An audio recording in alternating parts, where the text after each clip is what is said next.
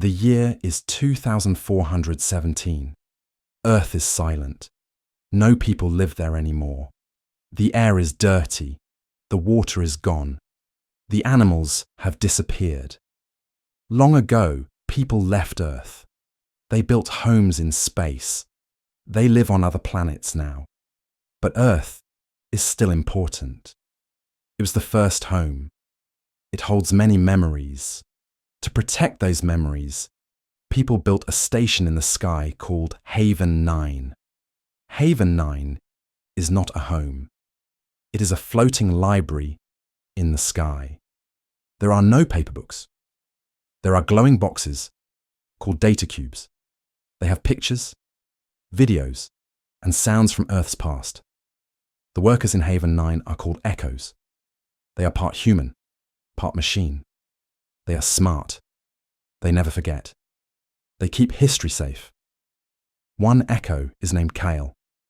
Kael is young. He asks many questions. He wants to learn more, especially about birds. Kael watches videos of birds. He sees them fly, sing, and build nests. I wish I could see one, he says. Other echoes say birds are gone forever. But Kael believes something else. I think they still live somewhere, he whispers. Nobody believes him, but Kael does not stop dreaming. One night, Kael finds a glowing data cube in an old part of the station. It shows a picture of a bird, a map of Earth, a message. The birds still sing. Come find them. The place on the map is inside a time zone where time is broken. It is dangerous. Many go in. Few return. But Kael must go. Kael steals a small ship. He flies down to Earth. The planet is dry and grey. The cities are broken. There is no sound. It feels dead. But Kael finds the time zone. It looks like a soft, shining wall in the sky. He flies into it. Inside the time zone, Earth is alive. There are trees, rivers, flowers, and birds. So many birds. They sing, they fly, they build nests. Kael smiles. It's true, he says. They're alive. He stays in the zone. He learns from the birds. He builds wings. After many tries, he learns to fly. One morning, the people at Haven 9 see something. Birds, real birds, flying in the sky.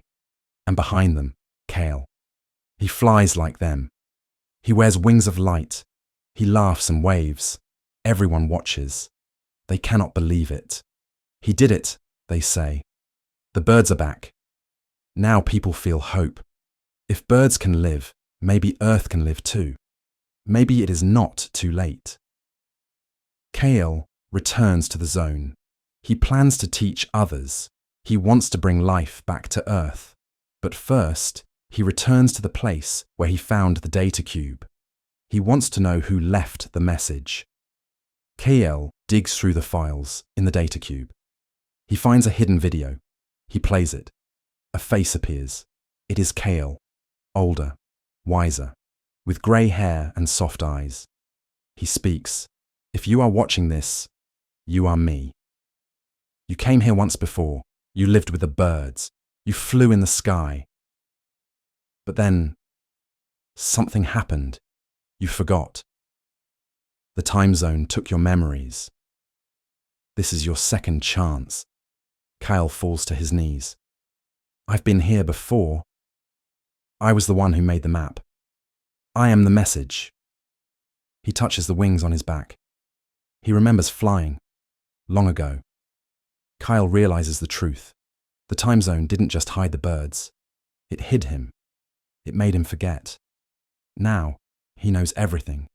He once lived with the birds. He tried to warn others, but time pushed him back. Now, he's reliving his own story. Kael stands on a tall tree. He looks up at the stars. This time, I will not forget, he says. This time, I will bring them all back. This time, we save Earth. And with a strong beat of his wings, he flies.